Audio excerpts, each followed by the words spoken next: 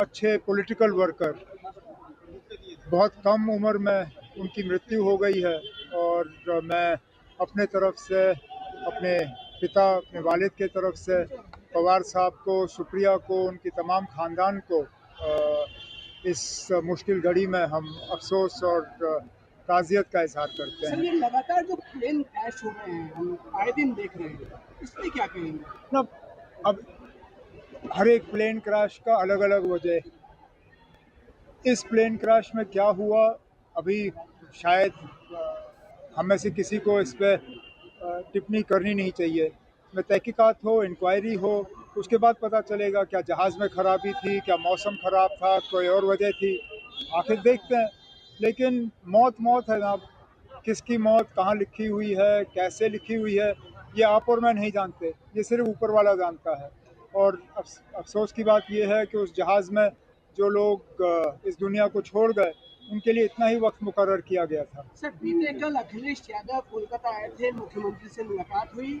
उन्होंने कहा है कि बीजेपी के खिलाफ जो लड़ाई है, जो एक संगठन है, उसकी मुखिया ममता बनर्जी बन सकती है, वही बीजेपी को चैलेंज कर सकती है। आप क्या कहेंगे? अब ये ठीक है, अखिलेश जी का ये कहना अपने आप में गलत नहीं है, लेकिन ये हम सबको मिल बैठ के फैसला करना होगा। ये इन चीज़ों का फैसला, और वैसे भी बिल्कुल, लगातार जो राजनीतिक प्रतिक्रियाएं हैं वो भी इस वक्त निकलकर सामने आ रही है मनोज जी। और दूसरी ओर यहाँ पर अगर हम बात करें महाराष्ट्र को लेकर, तो महाराष्ट्र में भी 3 दिनों का राजकीय शोक जो है वो घोषित कर दिया गया है अजीत पवार के निधन को लेकर। महाराष्ट्र के उप मुख्यमंत्री अजीत पवार, उनका निधन बिल्कुल। आज अब एक अभिषेक, हादसे आप में हो सही गया। कह रहे हैं, सभी जितने भी राजकीय कार्यक्रम है वो रद्द कर दिए गए हैं। लेकिन एक बड़ी चिंता इस देश में है, बड़ी चिंता इस बात को लेकर है क्योंकि ये जो विमान जिस कंपनी का है, लियर जेट 45 इसे कहते हैं, एक प्रीमियम बिजनेस जेट ये माना जाता है। जब भी चाहे देश में विधानसभा चुनाव हो या लोकसभा चुनाव हो, ज़्यादातर राजनीतिक पार्टियां या ज़्यादातर राजनेता करीब करीब इसी तरह के प्रीमियम बिजनेस जेट का इस्तेमाल करती हैं। और अगर वो प्रीमियम बिजनेस जेट दुर्घटनाग्रस्त हो गया तो मुझे लगता है ये गंभीर चिंता की बात है। हालांकि इस बात की तरफ उमर अब्दुल्ला इशारा भी कर रहे थे कि वो ऊपर वाला तय करता है कि किसकी क्या स्थिति होगी और उनकी दुर्घटना कैसी होगी और किसकी क्या मृत्यु लिखी हुई है। लेकिन जिस प्रीमियम बिजनेस जेट का जिक्र कर रहे हैं, जिस तरह से ये दुर्घटना हुई है, क्योंकि ये सामान्य जेट नहीं है, कई केंद्रीय मंत्री, कई बिजनेसमैन इस जेट का इस्तेमाल करते हैं और यहां पर यह हादसा हुआ है। एकनाथ शिंदे भी इस बात को लेकर चिंता जता रहे हैं कि यह सामान्य घटना नहीं है, इस पूरे मामले की जांच होनी चाहिए। तो वाकई ये चिंता की बात है। बिल्कुल बिल्कुल मनोज जी, बिल्कुल ठीक कहा आपने। अगर विमान को लेकर बात करें तो एक प्रीमियम जेट है ये, बिजनेस क्लास जेट है ये। अगर हम राजनेताओं को लेकर बात करें, बड़े बड़े सुपरस्टार्स को लेकर हम बात करें, वो लोग इस तरीके की विमान से यात्रा करते हैं। उन्हें कहीं भी अपने इवेंट में जाना होता है या राजनीतिक यात्राएं होती हैं उसमें जाना होता है, तो उस दौरान ऐसे विमान का इस्तेमाल किया जाता है। और ऐसे विमान का दुर्घटनाग्रस्त हो जाना अपने आप में कई बड़े प्रश्न चिन्ह खड़े करते हुए नजर आ रहा है। और लोग इस वक्त मनोज जी, ये जो तमाम, अगर हम पिछले 1-2 सालों में देखें, जो विमान हादसे लगातार हमें देखने को मिले हैं, हमने देखा किस तरीके से, अगर कई इंडिगो की फ्लाइट को लेकर बात करें, स्पाइस जेट की फ्लाइट को लेकर बात करें, तकनीकी खामी की वजह से कोलकाता जा रही फ्लाइट मुंबई में लैंड करवा दी गई, लखनऊ जा रही फ्लाइट जो है वाराणसी में लैंड करवा दी गई। इस तरीके की कई घटनाएं जो है निकलकर सामने आई हैं, जिसको लेकर लोग भी अब चिंता व्यक्त करते हुए नजर आ रहे हैं। लोगों का साफ तौर पर अब ये कहना है कि क्या अब फ्लाइट में यात्रा करना इतना मुश्किल हो गया है, इतना कठिन हो गया है, इतना खतरनाक हो गया है कि हमें कोई सेफ्टी सिक्योरिटी जो है वो मिलती हुई नजर नहीं आ रही है।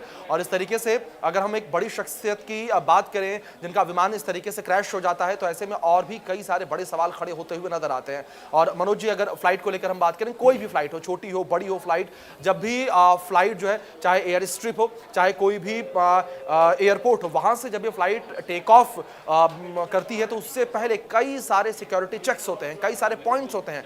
उन नॉर्म्स को, उन पॉइंट्स को पूरा करने के बाद ही फ्लाइट जो टेक ऑफ करती है। और लेकिन ऐसे में बड़ा सवाल यही होता है कि जब इतने सेफ्टी नॉर्म्स हैं, इतनी सारी चीजें डीजीसीए के द्वारा निर्धारित की गई हैं, उसके बाद उड़ान भरते ही कैसे ये विमान हादसे का शिकार हो गया। बिल्कुल अभिषेक, और लियर जेट 45 बॉम्बार्डियर एरोस्पेस द्वारा निर्मित है। आप कल्पना कर सकते हैं, अमूमन अगर देखा जाए तो जो सामान्य विमान है, जो पैसेंजर विमान है, वो लंदन की जो यात्रा है वो करीब 8 घंटे, 7 घंटे, 9 घंटे लेता है। लेकिन ये इतना प्रीमियम बिजनेस जेट है कि ये 2 घंटे में आपको लंदन पहुंचा सकता है। इसकी जो उड़ान क्षमता है वो 2194 मील है और ज़्यादातर चाहे वो जितने भी बड़ी पॉलिटिकल हस्तियां हों या फिर बड़े राजनेता हों या बिजनेसमैन हो, ज़्यादातर लोग इसी विमान का इस्तेमाल करते हैं क्योंकि इस विमान पर भरोसा है। बावजूद अगर इसके क्योंकि इसकी खासियत हाई स्पीड है, अमूमन कहा जाता है कि अगर आप हेलीकॉप्टर का इस्तेमाल कर रहे हैं, विमान का इस्तेमाल कर रहे हैं, तो जिसमें डबल इंजन होता है उसी का इस्तेमाल करना चाहिए। सुरक्षा की दृष्टि से आपके लिए महत्वपूर्ण होता है। इसमें भी ट्विन इंजन था, डबल इंजन था, बावजूद इसके ये दुर्घटना हो गई, बावजूद इसके ये घटना हो गई।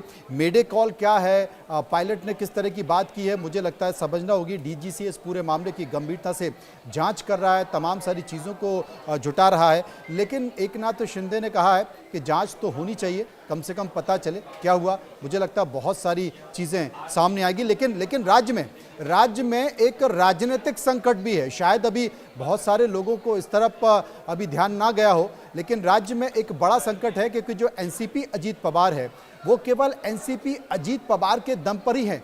उनकी पत्नी भले ही राज्यसभा में है, वो हमेशा एक पारिवारिक महिला के तौर पर रही हैं, कभी राजनीति में नहीं आई। चूंकि एक राज्यसभा की सीट उन्हें मिल रही थी, इसलिए अजीत पवार ने उन्हें वो राज्यसभा की सीट दे दी। उनके बेटे लोकसभा में चुनकर आए हैं। दूसरे जो बेटे हैं वो राज्य की राजनीति में सक्रिय थे, उन्हें अजीत पवार अभी तैयार कर रहे थे। ऐसे में अब अजीत पवार एनसीपी की कमान कौन संभालेगा, ये बड़ी बात है। कहीं अजीत पवार एनसीपी में भगदड़ ना बन जाए, क्योंकि अब सिवाय शरद पवार के दूसरा कोई नेता नहीं है।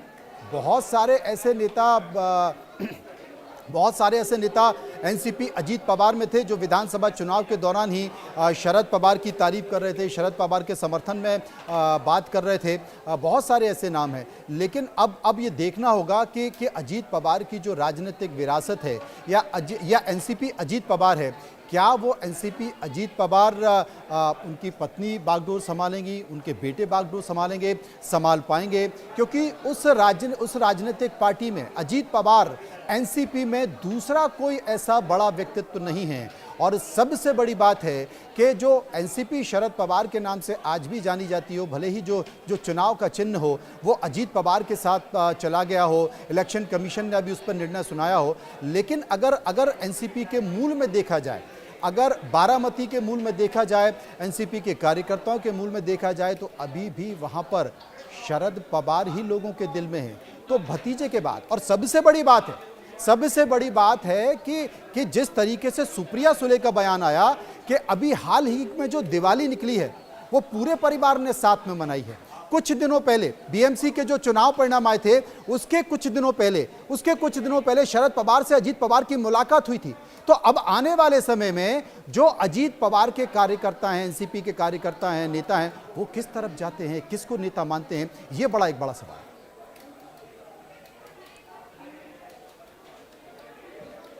तो पूरा परिवार, अजीत परिवार साफ तौर पर देख सकते हैं, पिना अंतराव हैं, माता आशा पवार हैं, पुत्री इसके अलावा उनकी जो पत्नी है सुनित्रा पवार, जो कि हाल ही में राज्यसभा की एक सीट अजीत पवार एनसीपी को मिली थी जिस पर वो चुनकर आई हैं, उन्हें दे दी गई है। उनके 2 बेटे हैं, एक बेटे लोकसभा में हैं और दूसरे बेटे राज्य की राजनीति में सक्रिय हैं। हाल के समय में जो अभी नगरीय निकाय चुनाव हुआ बीएमसी का, उसमें वो सक्रिय देखे गए, पंचायत चुनाव में वो सक्रिय हुए। राज्य की राजनीति में अजीत पवार उन्हें तैयार कर रहे थे। इस बीच सीधी तस्वीरें आपको दिखा रहे हैं, महाराष्ट्र की तस्वीरें जो कि आपके टीवी स्क्रीन पर आ रही हैं, और ये संभवतः राजभवन की तस्वीरें हैं जो आ रही हैं, जहां पर मौन आप देखिए, गवर्नर हाउस में अजीत पवार के निधन के बाद मौन रखा गया है। तस्वीरें गवर्नर हाउस।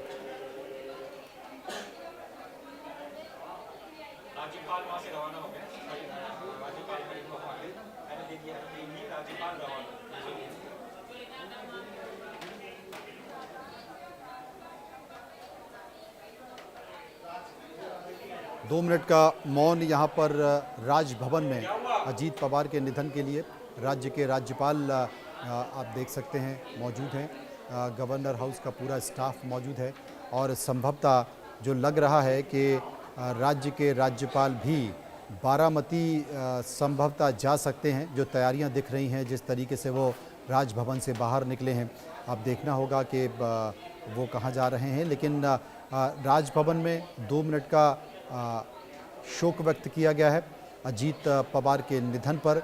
दूसरी तस्वीर आप देख सकते हैं बारामती की, जहां पर अस्पताल में बारामती के लोग मौजूद हैं। तमाम वो कार्यकर्ता, वो चाहने वाले लोग जिनकी आंखें नम हैं अपने नेता के लिए। और सबसे बड़ी बात कि ये घटना कहाँ की है, बारामती की घटना है। बारामती की घटना एक प्रीमियम बिजनेस जेट, जिसमें कि अजीत पवार मुंबई से निकले, सुबह 8 बजे मुंबई से निकले, 8:45 8:50 पर वो लैंड करने वाले थे, लेकिन वहाँ पर एक हादसा हुआ। हादसे का कारण अब तक साफ नहीं है, लेकिन ये बताया जा रहा था कि दोनों ही जगह मौसम खराब था। आप इस वक्त